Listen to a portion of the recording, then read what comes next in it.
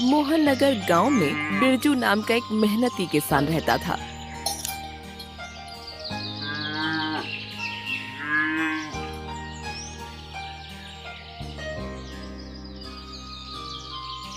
एक दिन बिरजू अपने खेतों पर से घर जाता है।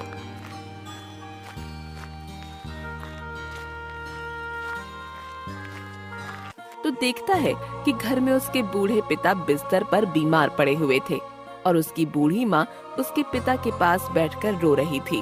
अरे बिरजू, देखना तेरे पिता को क्या हुआ, ये सुबह से अपनी आंखें नहीं खोल रहे, देखना बेटा। अरे अरे माँ, तू परेशान मत हो, मैं अभी वैद्य जी को लेकर आता हूँ, तू रो मत।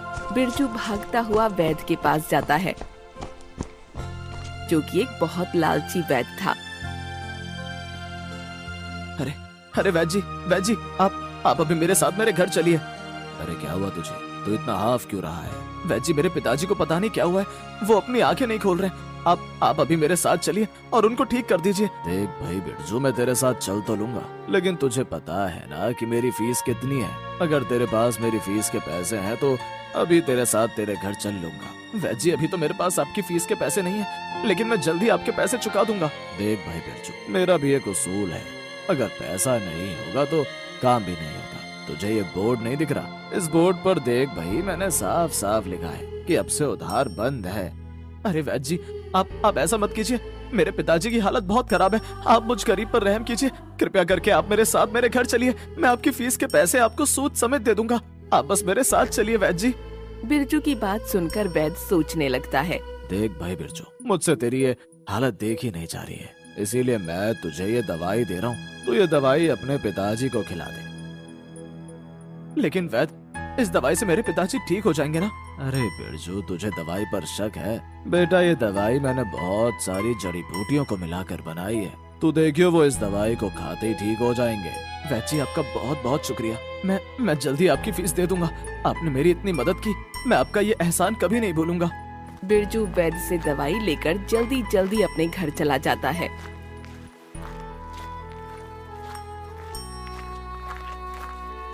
अरे बिरजू, तू अकेले ही आया, वैद्य कहाँ है? तू वैद्य जी को लेकर नहीं आया? माँ, तू पहले ये दवाई पिताजी को खिला दे, बाकी मैं तुझे बाद में बता दूंगा। बिरजू की माँ उसके पिता को दवाई खिला देती है। दवाई खाते ही उसके पिता ठीक हो जाते हैं और अपनी आंखें खोल लेते हैं। अरे बिरजू, ये देख, ये तेरे पिताजी ठीक हो गए, देख देख बेटा। हाँ माँ, पिताजी बिल्कुल सही हो गए। बेटा, तेरे पिताजी की ये हालत भूखे रहने की वजह से हुई है। हमने कई दिनों से खाना नहीं खाया है, इसलिए इनका ये हाल हुआ। हाँ माँ, मैं क्या करूँ, तुझे पता ही है कि अब की फसल बारिश होने की वजह से खराब हो गई है, अब तो बस भगवान ही मालिक है। अरे बिरजू बेटा, तू परेशान मत हो, देखियो भगवान जी जल्द ही कुछ न कुछ रास्ता दिखाएंगे।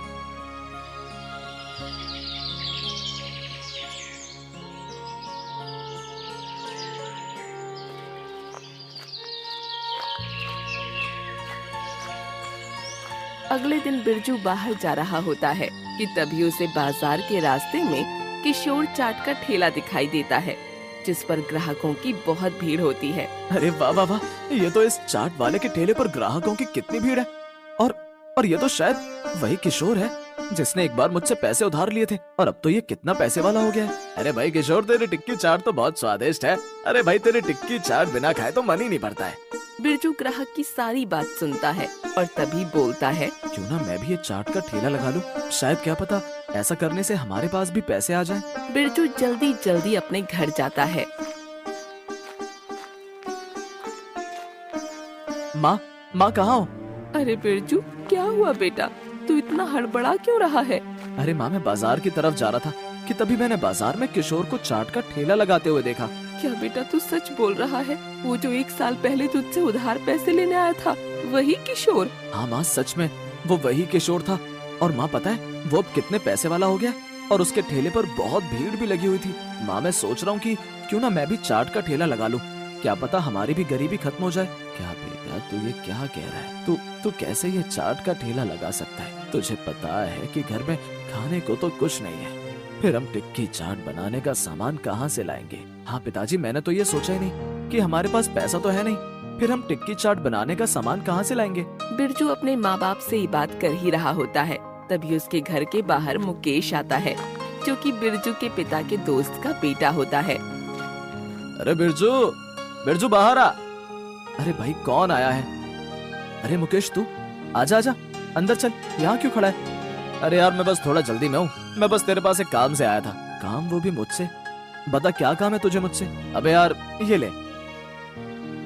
अरे यार ये इतने सारे पैसे? हाँ यार मैं तुझे ये पैसे ही तो देने आया था, लेकिन यार तू मुझे ये इतने सारे पैसे क्यों दे रहा है? अबे यार तुझे नहीं पता, मेरे पिताजी ने कुछ साल पहले तेरे पिताजी से पैसे उधार लिए थे, तो वही मैं आज तुझे देने आया हूँ। तेरे पिताजी ने वो भी पिताजी से पैसे लिए थे? हाँ, कुछ साल पहले पिताजी ने तेरे पिताजी से मेरे शहर में काम खोलने के लिए पैसे लिए थे, तो वही उधार है जो आज मैं उतारने आया हूँ। अरे यार मुकेश, तेरा बहुत बहुत शुक्रिया, आज तूने ये पैसे लाकर मुझ पर बहुत उपकार किया है, मुझे पैसों की बहुत जरूरत थी। अरे यार शुक्रिया तो मुझे तेरा करना है कि आज तेरे पिताजी की वजह से मैं एक बड़ा व्यापारी बन गया हूँ। चल यार मैं अब चलता हूँ, मुझे घर जाने में देरी हो रही है। ऐसा कहकर मुकेश वहाँ से चला जाता है।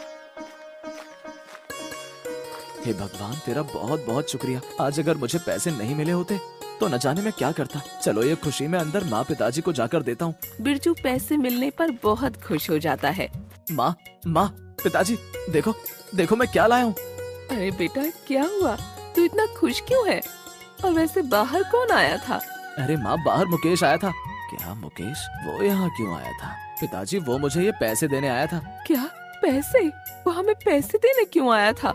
अरे माँ, वो बोल रहा था कि कुछ साल पहले उसके पिताजी ने हमसे पैसे उधार लिए थे, तो वही पैसे हमें सूद समेत वापस देने आया था। ये वही पैसे हैं? अच्छा हाँ हाँ, अब याद आया, उसके पिता ने कुछ साल पहले मुझसे मुकेश को शहर भेजने के लिए कुछ पैसे उधार लिए थे। देखा बेटा, मैंने कहा था ना कि भगवान हमारी मदद जरूर करेंगे। ये सब भगवान की माया है बेटा। बिरजू अब तू इन पैसों से टिक्की चाट बनाने का सामान खरीद ला। हाँ माँ, तू सही कह रही है, मैं आज ही चाट बनाने के लिए इस पैसे से सामान ले आता हूँ। बिरजू उन पैसों से टिक्की चाट बनाने